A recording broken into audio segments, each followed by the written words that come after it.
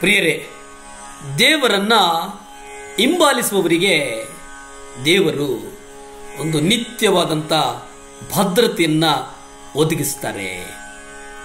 ಮತ್ತಾಯ 4ನೇ ಅಧ್ಯಾಯ 4 ನಾವು ಧ್ಯಾನಕ್ಕಾಗಿ ಓದುವುದಾದರೆ, ಆದರೆ ಆತನು ಪ್ರತ್ಯುತ್ತರವಾಗಿ, ಮನುಷ್ಯನು ರೊಟ್ಟಿ ಮಾತ್ರದಿಂದಲೇ ಜೀವಿಸುವುದಿಲ್ಲ, ಆದರೆ ದೇವರ ಬಾಯೊಳಗೆ ಹೊರಡುವ ಪ್ರತಿಯೊಂದು ಮಾತಿನಿಂದ ಜೀವಿಸುವನು ಎಂದು ಬರೆದಿದೆ ಅಂದನು. ಇಲ್ಲಿ ನೋಡಿ, ಯೇಸು ಹೇಳಿದಂತೆ ಮನುಷ್ಯ ರೊಟ್ಟಿಯಿಂದ ಮಾತ್ರ ಜೀವಿಸೋದಿಲ್ಲ, ದೇವರ ಬಾಯಿಂದ ಹೊರಡುವಂಥ ಮಾತುಗಳಿಂದ ಜೀವಿಸ್ತಾನೆ. ಅಂದರೆ ದೇವರು ಯಾವುದೋ ಒಂದು ಮಾತಿನಿಂದ ಅಷ್ಟೇ ಅಲ್ಲ, ಆದರೆ ಇಲ್ಲಿ ಸತ್ಯವೇದ ಕೇವಲ ಒಂದು ವಚನವನ್ನು ತೆಗೆದುಕೊಳ್ಳಿ, ಕೇವಲ ಆ ವಚನವನ್ನು ಅದಕ್ಕೆ ನಾವು ಹೋಲಿಸಿ ಮಾತನಾಡುವುದಾದರೆ, ನಾವು ತಪ್ಪಾದ ನಿರ್ಣಯದಲ್ಲಿ ನಡೀತಾ ಇದ್ದರೆ ದೇವರು ನಮ್ಮನ್ನು ಸರಿಯಾದ ಮಾರ್ಗದಲ್ಲಿ, ಸರಿಯಾದ ನಿರ್ಣಯದಲ್ಲಿ ನಮ್ಮನ್ನು ನಡೆಸುವವರಾಗಿದ್ದಾರೆ ಎಂಬುದನ್ನು ನಾವು ಇಲ್ಲಿ ಅರಿತೇವೆ. ಸುಳ್ಳಾದ ನಿರೀಕ್ಷೆಗಳಲ್ಲ, ಸತ್ಯವೇದ ಸತ್ಯದ ನಿರೀಕ್ಷೆ.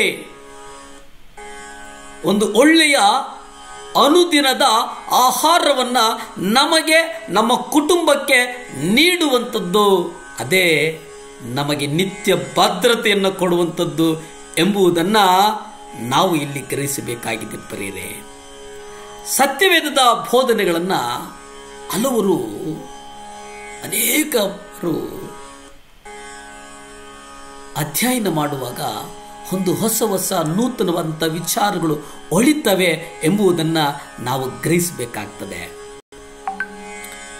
ಸೈತಾನನು ಯೇಸುಗೆ ಹೀಗೆ ಬರೆದಿದೆ ಎಂದು ಒಂದು ವಾಕ್ಯದಲ್ಲಿ ಉಲ್ಲೇಖ ಮಾಡಿದಾಗ, ಯೇಸು ಹೀಗೆ ಬರೆಯಲಾಗಿದೆ ಎಂದು ಅದನ್ನು ಸರಿದೂಗಿಸಿದನು. ಅದೇ ಇಲ್ಲಿನ ಬ್ಯೂಟಿ. ಮತ್ತಾಯ 4ನೇ ಅಧ್ಯಾಯ 6 ಮತ್ತು 7 ನೀವು ನೋಡೋದಾದರೆ, ಅಲ್ಲಿ ದೇವರ ವಾಕ್ಯ ಎಷ್ಟು ಚಂದ ಹೇಳ್ತದಂದ್ರೆ ನೋಡಿ, ಈ ಕಾನ್ವಗೇಷನ್ ಹೇಗಿದೆ ಅಂತಂದ್ರೆ, ನೀನು ದೇವಕುಮಾರನಾಗಿದ್ದರೆ ನೀನಾಗಿಯೇ ಕೆಳಗೆ ಧುಮುಕು. ಯಾವ ಸಮಯದಲ್ಲಾದರೂ ನಿನ್ನ ಕಾಲು ಕಲ್ಲಿಗೆ ಅಪ್ಪಳಿಸಿದಂತೆ ಆತನು ತನ್ನ ದೂತರಿಗೆ ನಿನ್ನ ವಿಷಯವಾಗಿ ಅಪ್ಪಣೆ ಕೊಡುವನು ಮತ್ತು ಅವರು ನಿನ್ನನ್ನು ತಮ್ಮ ಕೈಗಳಲ್ಲಿ ಎತ್ತಿಕೊಳ್ಳುವರು ಎಂದು ಬರೆದಿದೆ ಅಂದನು. ಯೇಸು ಆಗ ಅವನಿಗೆ ಬಹಳ ಚಂದ ಉತ್ತರ ಕೊಡ್ತಾರೆ ಸೈತಾನನಿಗೆ. ಆ ಉತ್ತರ ನೋಡಿ ಎಷ್ಟು ಚಂದ ಇದೆ ಅಂತಂದ್ರೆ, ನೀನು ನಿನ್ನ ದೇವರಾದ ಕರ್ತನನ್ನು ಶೋಧಿಸಬಾರದೆಂದು ಬರೆದಿದೆ. ನಾವು ದೇವರನ್ನು ಶೋಧಿಸಬಾರದು. ಅನೇಕ ಸಂದರ್ಭಗಳಲ್ಲಿ ನಾವು ನಮ್ಮ ವಿಶ್ವಾಸವನ್ನ ಕಳೆದುಕೊಂಡು ಬಿಡುತ್ತೇವೆ, ನಮ್ಮ ನಂಬಿಕೆಯನ್ನ ಕಳ್ಕೊಳ್ತೇವೆ. ಸಮಸ್ತವು ಕಳೆದುಕೊಳ್ಳಿ. ದೇವರ ವಾಕ್ಯ ಸಜೀವವಾದದ್ದು. ದೇವರು ನಮ್ಮನ್ನು ನಡೆಸುವಂಥವರು, ದೇವರು ನಮ್ಮನ್ನು ಉಜ್ಜಿಸುವಂಥವರು, ದೇವರು ನಮ್ಮ ಕೈಯಲ್ಲಿ ಆಗದೇ ಇರುವಂಥದ್ದನ್ನ ಸಕಲವು ನಮಗಾಗಿ ಉಂಟು ಮಾಡಿರುವರು ಎಂಬುದನ್ನು ನಾವು ಅರಿಯಬೇಕಾಗಿದೆ. ಪ್ರಿಯರೇ, ಪ್ರಾರ್ಥನೆ ಮಾಡಿಕೊಳ್ಳೋಣ. ಭೂಮಿ ಆಕಾಶಗಳನ್ನು ಉಂಟು ಮಾಡಿದಂತಹ ಸರ್ವಶಕ್ತನಾದಂಥ ದೇವರ ಸ್ತೋತ್ರಪ್ಪ. ದೇವಾ, ನಿಮ್ಮನ್ನು ನಾವು ಪರೀಕ್ಷೆ ಮಾಡುವುದಲ್ಲ ಸ್ವಾಮಿ. ದೇವರೇ, ಅನೇಕ ಬಾರಿ ಸ್ವಾಮಿ ನಮ್ಮ ಬಾಯಲ್ಲಿ ದೇವರೇ ಈ ಕಾರ್ಯಗಳು ಆಗುವುದುಂಟೋ ಎಂಬುದಾಗಿ ನಿಮಗೆ ಪ್ರಶ್ನೆ ಮಾಡಿದ್ದೇವೆ ಸ್ವಾಮಿ. ನಮ್ಮನ್ನು ಕ್ಷಮಿಸು ದೇವರೇ, ನಮ್ಮನ್ನು ಮಾನ್ಯಿಸು ಸ್ವಾಮಿ.